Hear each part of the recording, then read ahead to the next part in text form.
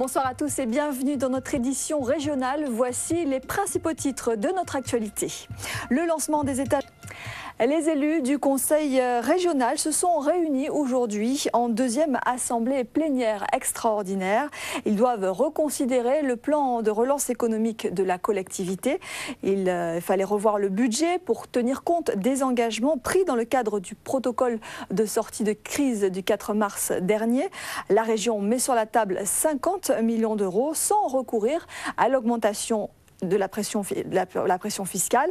Les conseillers régionaux vont par ailleurs solliciter une habilitation du Parlement pour adopter les lois et les règlements en matière d'environnement, d'énergie et de formation professionnelle. Compte rendu de ces débats avec Jackie Massico et Thierry Philippe. En bref, le secrétariat d'État à l'Outre-mer vient de signer avec l'Association pour le droit à l'initiative économique, l'ADI, une convention permettant la création d'au moins 1000 nouvelles entreprises en Outre-mer.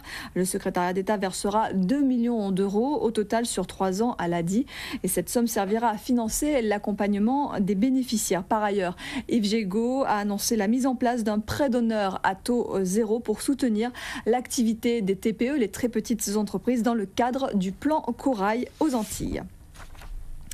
Les états généraux de la Guadeloupe sont lancés. Le préfet a présenté ce midi les équipes qui s'attelleront à préparer une méthode et un projet de société pour l'archipel. Il s'articule autour de 8 grands thèmes évoqués ces jours derniers par Richard Samuel, le coordonnateur des états généraux dans les 4 DOM. La Guadeloupe va donc vivre pendant 2 mois au rythme des tables rondes, des débats publics, médiatiques et en ligne qui associeront l'ensemble de la population. Les précisions de Yolène Poletti-Duflo et Christian Danquin. Le préfet Richard Samuel est donc le coordonnateur de ces états généraux de l'Outre-mer. Une tâche pilotée dans chaque département par un haut fonctionnaire chargé d'organiser auprès du préfet et avec les élus les différentes tables rondes. En Guadeloupe, c'est Claude Giraud qui assurera cette coordination. Administrateur civil du ministère de l'Intérieur depuis 1990, il a notamment eu à conduire des travaux importants sur l'évolution du statut de la Corse. Nous écoutons Claude Giraud, il est interrogé par Yolène Poletti-Duflo.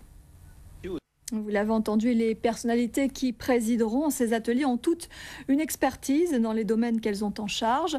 Certaines sont connues, d'autres un peu moins.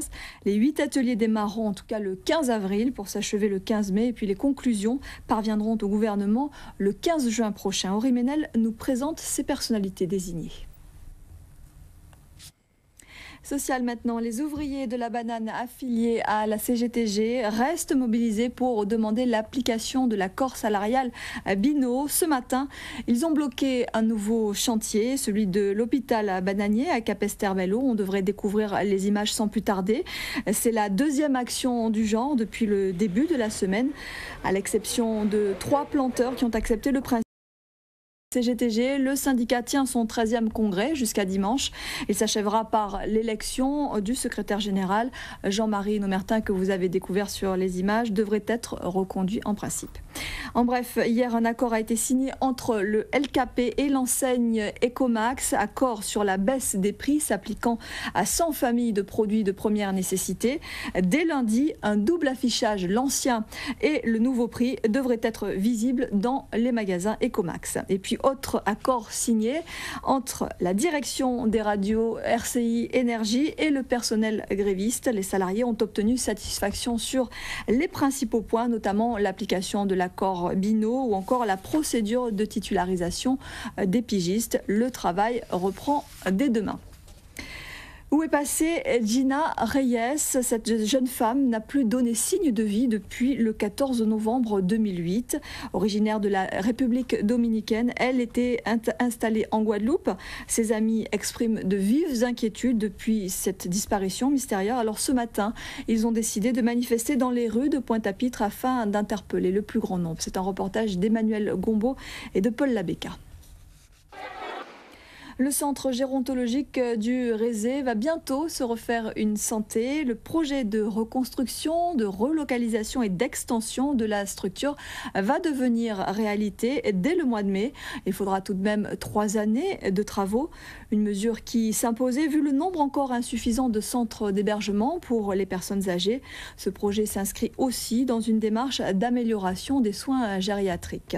Les explications d'Éric René avec Daniel Quérin.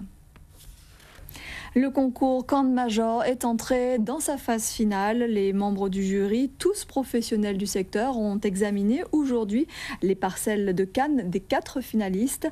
Le champ le mieux entretenu sur l'année sera récompensé. Laura Séné et Ronnie Maletti ont suivi le jury sur une parcelle, c'était aux Abîmes. Reportage.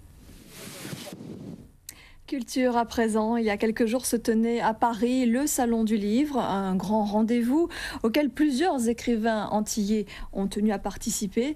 Avec Catherine Lepelletier, pendant 3 soirs, nous nous arrêterons sur les nouveautés que ces auteurs ont proposées au Salon. Ce soir, c'est avec Suzy Morel, Nadèle Morgan et Charles-Henri Balthus que nous tournons les premières pages de ce dossier. Reportage.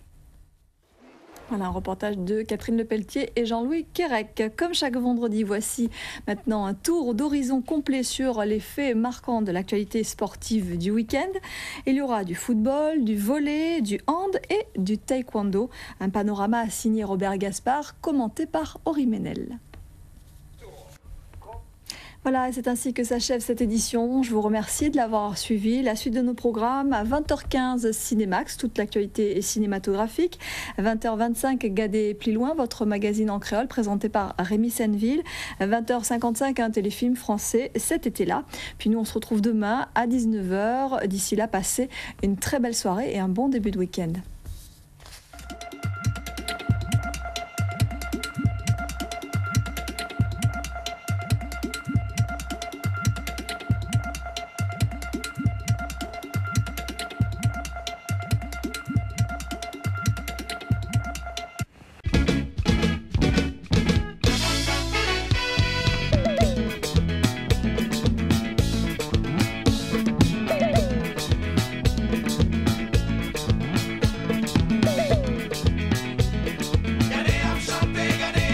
Gade ap chante, gade ap danse, gade ap chante, gade